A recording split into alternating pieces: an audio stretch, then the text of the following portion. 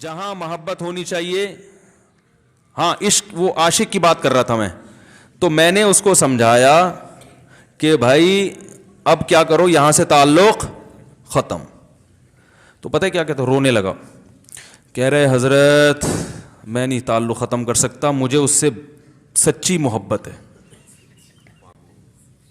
پاک محبت ہے, سچی محبت ہے, سچا عشق ہے. یہ فلموں سے سیکھا ہے لوگوں نے, سچا عشق اور جھوٹا عشق. مجھے آ گیا غصہ.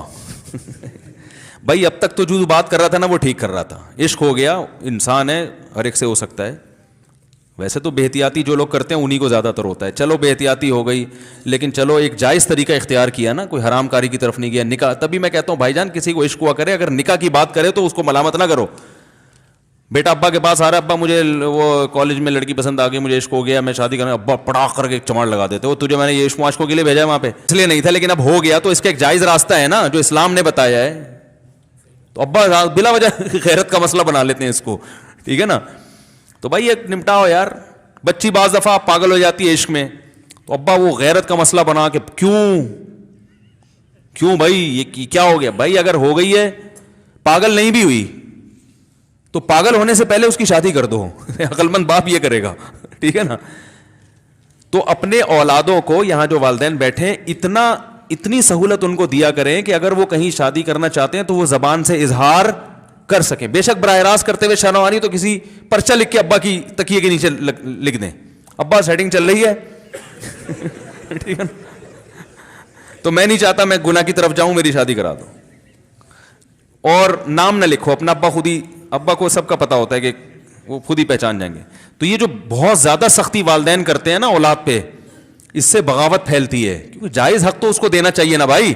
ہاں وہ اگر آپ کے خاندان میں میچ ہی نہ کر سکے, وہ یعنی وہ ایسی جگہ پسند کر لیا اس نے کہ وہ ایڈجسٹ ہی نہیں ہو سکتی, تو پھر ایک الگ بات ہے. پھر ابا غیرت دکھائیں, بولا بیٹا تو تیری بیوی ہماری بہو بھی ہوگی, یہ ہماری بہو بنانے کے قابل, یہ ہماری پرمپرا ہے, ٹھیک ہے نا. تو لیکن نارملی ماننا چاہیے. تو اب کیا ہے, میں نے اس سے, اب وہ کیا نا رونے لگا. بس یہ بیان, یہ کس واقعہ بتا کے وہ پتھر والا جو ہے نا مثال کمپلیٹ کر کے بات ختم کرتا ہوں. وہ رونے لگا, کہہ رہے نہیں مجھے سچی محبت ہے. مجھے پھر آیا غصہ, میں نے کہا بھائی جان یہ ٹوپی ڈرامے نہیں کرو. ٹھیک ہے آپ کو عشق ہو گیا, دل زخمی ہے آپ کا, یہاں تک بات سمجھ میں آتی ہے, انسان ہے, ہو جاتا ہے. تو نکاح کا راستہ ہے, نہیں ہو رہا تو پریشان ہونا بھی سمجھ میں آتا ہے, یہ سچی مچی نہیں کرو بھائی.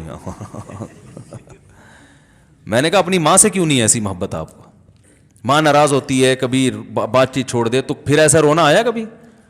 جس نے ساری زندگی پالا پوسا جوان کیا ہے بھائی, کبھی زندگی بھر ساتھ نہیں چھوڑتی ماں. آپ 60 سال کے بھی ہو جاؤ گے نا, آپ کی بیماری پہ ایسے ہی روئے گی جیسے جب 2 سال کے بچے تھے اس وقت روتی تھی. کیا اللہ نے عجیب رشتہ, ساری زندگی روٹیاں پکا پکا کے کھلاتی رہتی ہے, تھکتی نہیں ہے, ایک دفعہ بھی کبھی پیسے نہیں مانگے. کسی کو باورچی رکھو, فری میں کتنے دن پکا کے کھلائے گا روٹیاں بھائی؟ 4-5 دن کے بعد بولے گا بھائی ہم نے کیا ٹھیکہ لیا ہوا خدمت کا, پیسے دو, تنخواہ دو, نہیں دو گے جائے گا وہاں سے. ساری زندگی روٹیاں پکا کے کھلاتی ہے, ساری زندگی. نہ کھانے پہ تو ناراض ہوگی, کھانے پہ کوئی معاوضہ نہیں مانگے گی. کتنا بڑا احسان ہے, اس سے ایسی جذباتی محبت نہیں ہوتی. اس پہ رونا نہیں آئے گا, اس پہ جذبات نہیں مشتعل ہوں گے. تو وہاں نہیں ہو رہے تو یہاں اگر ہو رہے ہیں تو اس کو پاکیزہ محبت کا لیبل لگانے کی ضرورت. میں نے کہا اس کو لقبہ ہو جائے نا جو تمہاری جو محبوبہ ہے, بی پی ہائی ہوا اور جناب تھوڑا سا ٹیڑھی میڑھی ہو گئی, پھر دیکھوں گا, پھر کہے گا, کہہ رہے مجھ سے سب جان چھڑا دو خدا کے لیے, پھر تعویذ مانگیں گے جان چھڑوانے کے تعویذ. ایسا ہی ہوتا ہے نا.